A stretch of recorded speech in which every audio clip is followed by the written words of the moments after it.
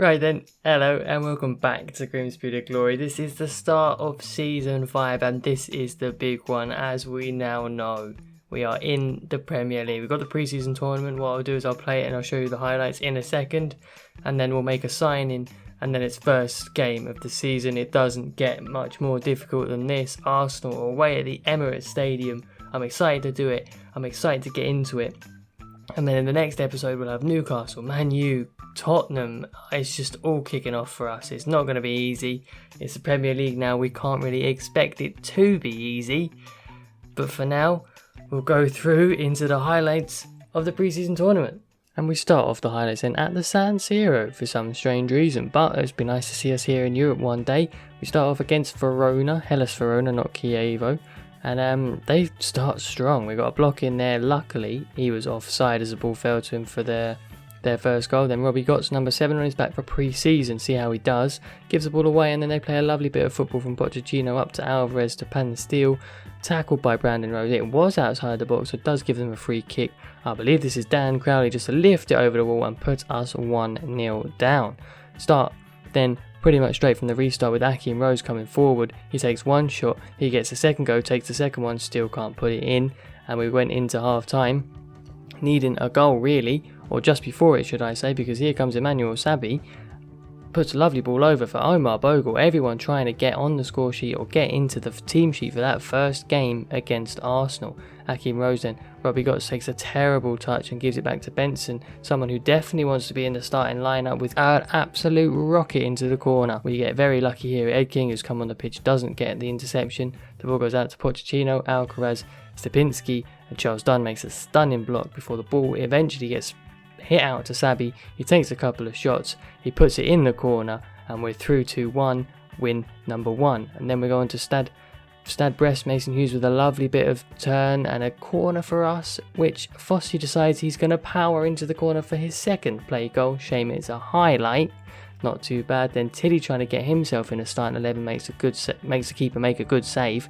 And from this corner, no, we don't score the header, but Tilly just heads it down to Mason Hughes. And yes, he has got that in the locker.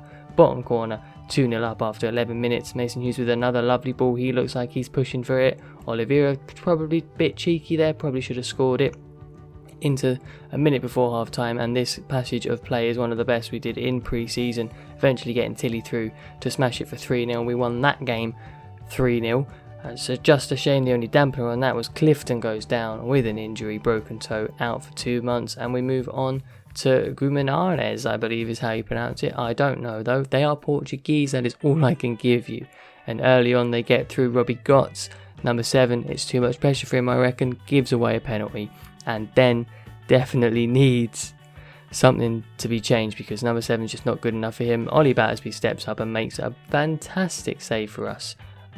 He's definitely pushing forward to start ahead of Travers maybe. Thomas then gets a bit lucky as he goes through. It was a lovely cutout to be fair. Takes a touch and smacks one on his return from injury to put us 1-0 up. We get a ball through from Oliveira into Gotts. He's got to redeem himself. Plays it to Charles Cook as a good pass. Terrible finish. Edmondson for some reason in the second half just decided he was going to absolutely bomb forward. Charles Cook gets the ball. All he's got to do is turn around and play it for Oliveira, who doesn't miss. He gets himself off the mark, which is very good. And then into the hour mark, Oliveira gets the ball in the box, just plays it into Charles Cook. Again, it's not a good shot, comes off the post. He wasn't having a good pre-season, so we replaced him with Ed King with lovely little bit of football. Gotts should score. Luckily, it falls to Omar Bogle. We win that game 3-0 as well, which puts us into the semi-finals against Brentford. Now, this is not going to be an easy game. Brentford are quite a good team, and we didn't play our strongest 11. And Robbie Gotts just is not getting number 7. It's going to go to someone else with misses like that. Yearwood is put through and Bueno wins the header. We go 1-0 down. Not long after that, and Bueno gets the ball out wide. He brings it inside to Baptiste. Rizzo's with him, but they play it around so easily. It goes back to Norgard, back to Bueno, who hits it first time. That is one of the best goals I have conceded in a long time. We just weren't getting the bounces today. I think that was Rizzo's pass, just seemed to bounce straight through, falls through. Battersby does get a toe on it, and Charles Dunn does get a good block. A couple of minutes later then Sabi's in the box, but he doesn't really have an option, so he turns, and a terrible tackle from Thompson brings him down, and the pressure falls to Mr. Ed King. Does he deserve number 7? It may be calling him, and with passes like that, you know what, I think he very well may get it. Because look at this touch then, straight through Omar Bogle, and we're back on level terms, and it is all Ed King. But unfortunately it doesn't stay that way. Santos gets in the box, clips it forward for Sidibe, we concede, and we're out.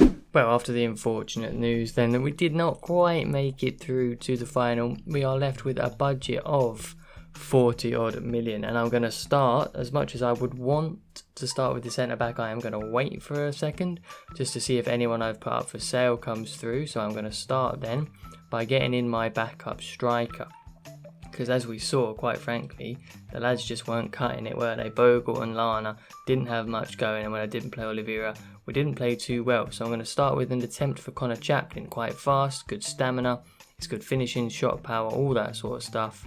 Looks like he's going to be a good player, always plays well against us, can also play backup cam, only 7 million, let's go and do it. For a 26-year-old, I'm thinking literally just that, maybe a 5% sell-on clause should do, 5.25 mil should be enough to them to at least accept. And they want 9 million, Barnsley, you're having me on. Back then with 7.5, and they've come down to 8.1, I'm going to be difficult and I'm going to go 7.9, and then they should accept that and everything should be all good, and they do.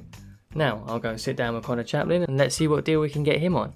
He's been fantastic so far. He's already come in asking for sporadic 4 years and no release clause. So you know what? I'm then going to offer him 15,000. And what do we think? What do we think signing bonus wise? I don't know. Maybe 100 grand, 150 grand. We'll times his wage by 10.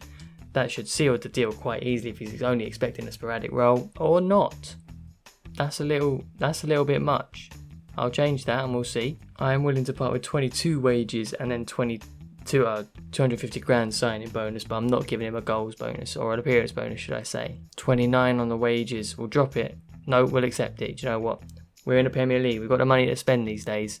Let's get Connor Chaplin in, backup striker. Done. And as we got a suitable offer for Luke Waterfall, I think it's time we went and signed our centre back. So let's go and have a look at the options, because we are coming close to the Arsenal game and I would like a signing by then. So we've got loads on offer.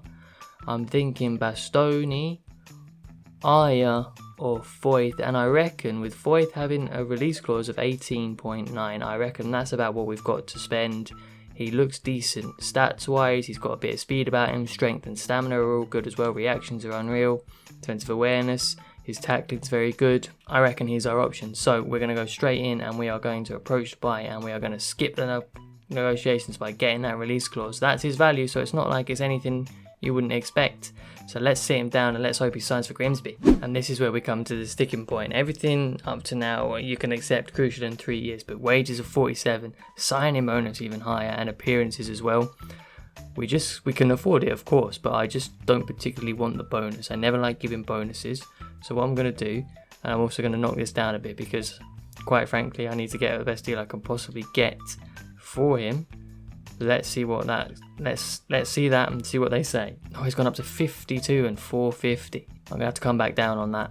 I can't be paying 50 grand, but I do think I could pay a 500 signing bonus.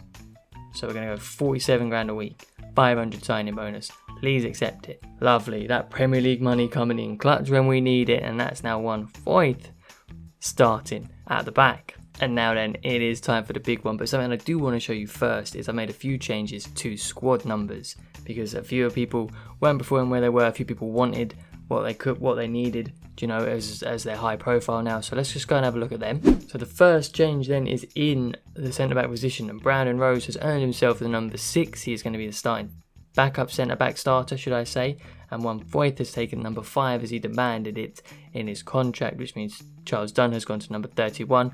That's all okay with me. I'm pretty happy with those changes. I think it's well deserved. Next up then is Robbie Gotts, was playing with number 7 in pre-season and did not perform to a number 7 standard, if you ask me, which means that Ed King has been given that number. He performed brilliantly against Brentford in the semi-finals and definitely deserves it. And today I will let you know he's going to start ahead of Clifton, because Clifton is injured. So he's going to be starting at the Emirates Stadium with the number 7 on his back. Very well deserved. And finally, Connor Chaplin took the number 17, which was Ed King's, and Robbie Gotts went to 27. As I said, that's the squad numbers all done. let's get into the Arsenal team. So we are therefore starting with the same front three that got us up into the Premier League. Of course, Lopez and Charles Cook in a slightly deeper role, giving King that role in behind Oliveira. Wood, Pollock, one Foyth starting at the back, Fossey and Travers. Let's get into it. Emirates Stadium, it's a huge game. Let's go.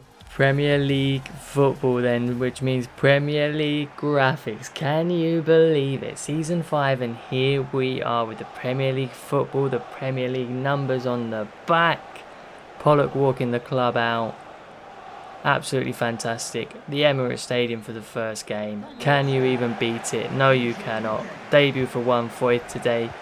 Start for Ed King as well. Played well in the playoff final and played well in pre-season, so deserves it. Let's get into it and let's grab ourselves at least a point today. Already they've started well, Arsenal, with Bukayo Saka beaming through, but Fossey does it absolutely brilliantly to get back to him. But Travers risks it.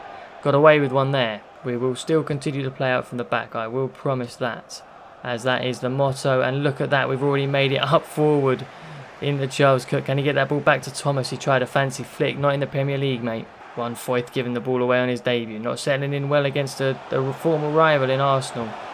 Hopefully someone can get a block in here before they take a shot on Pollock. Gets there. Pepe with a throw in for Arsenal. Gets it back to Nkunku. Goes to Nkunku in the box.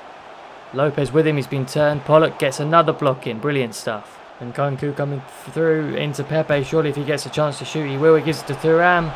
Back to Nkunku. No one's there with him. He's having a shot. Travers saves. It's been a difficult first half hour for Grimsby, to be honest. Arsenal were well on top, but that was a poor corner at least. Lopez to Oliveira, who goes straight to King. King up against, who's that? Matthias Ginter. Not a matchup you'd say, but he's beating him. Go on, take a shot, Ed King. Oh, it's a great tackle by Dagba. Waited just a second too long. Lopez with a little bit of room, just needs an option now. Oliveira's going away, but we're going to take a touch and a shot there early on. Oh, it's just past the post. It's taken us a while, but we're getting going. Saka up to Medley, who I thought was a centre-back, so I'm weird to see him playing left-back now, but Saka's come inside, done really well. But Guendouzi's giving it away, and that should be half-time. First half of Premier League football for Grimsby is not an easy one. Jesus, Arsenal are a difficult side. It's been hard to get forward, they've been pinning us back, but hopefully we'll be able to get ourselves some sort of chance coming up now in the second half. And when we have had the ball like we do now, we have kind of threatened. King got through, was a bit slow on the shot. Oliveira's had one just past the post. Hopefully we can improve on them, get a shot on target, and maybe even get a goal. Charles Cook going through here already. He's got loads of room. Ameso. There's Thomas coming through and have a shot on goal. Good save. Oliveira get up for the header. He's won it. It's not going to get there. King's not got there. Leno stops it. Into Pepe.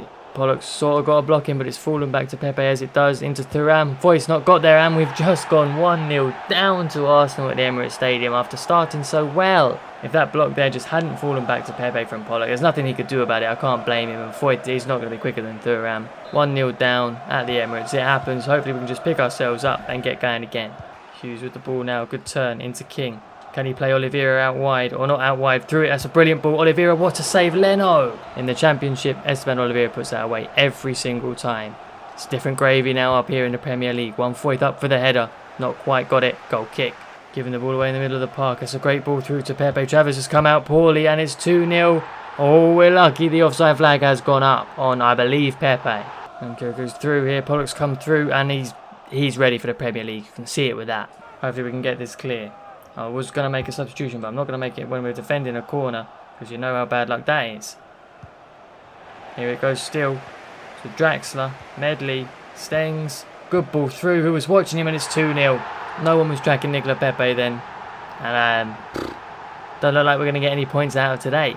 I am then going to make two switches and try and go for it. I'm going to take King off, he did well, but I'm going to bring on Benson and push Charles Cook forward, and then Sabi's going to go out left for Hughes, who didn't have too much of an influence. It's not been easy. I haven't had anything since the restart after their second goal. Added time now is all that's left. I didn't expect this one to be easy, but I hoped that we would at least grab something. Pepe now into Nkunku. Foyth, sorry, hasn't even got there. Yes, he has. No, he hasn't. Yes, he has. No, he hasn't. There's a foul in there for us. A bit messy there, but that is going to be the end to the game, and it is going to be a 2-0 defeat. Wasn't that bad. Look, for a first showing away at the Emirates, 2-0 is respectable. We could have been absolutely spanked by 6, I imagine. And I think some people would have been expecting that we were. So 2-0, it's respectable. I mean, realistically, it was an expected defeat. It's not going to get any easier. I'll just show you the table here. We are down in the relegation zone. Only one game played is to be expected. We'll hopefully be able to stay out of it for the rest of the season. We have sold Charles Vernon, which is good, a bit of money into the bank account, and I am looking to sell Jordan Cousins for $1 million. That sounds good to me, so we'll accept that, and hopefully that goes through. That's pretty much it, lads. I'll just go into everyone's favourite little thing now. Yes, that is player of the episode, and I'm gonna give it to Ed King. You know what? He stepped up inside in the preseason tournament, and he had a decent game. He's 17, so I'll forgive him for missing that shot against Arsenal. But hopefully, as we go forward in the Premier League, those sort of things go in. But he's done well, and I think he deserves it considering we didn't score in our first Premier League game. And the final thing I want to say then is training. There is another poll in the description. I forgot to say it earlier. My apologies. Vote on who you want trained. Obviously, we've got one Foyth in now. Maybe you want him trained, or Gotts or someone like that. I'll leave a link to the poll in the description. Do vote on it. That's everything for today. If you've enjoyed the episode, lads, please do leave a like, subscribe, and I will see you all in the next one.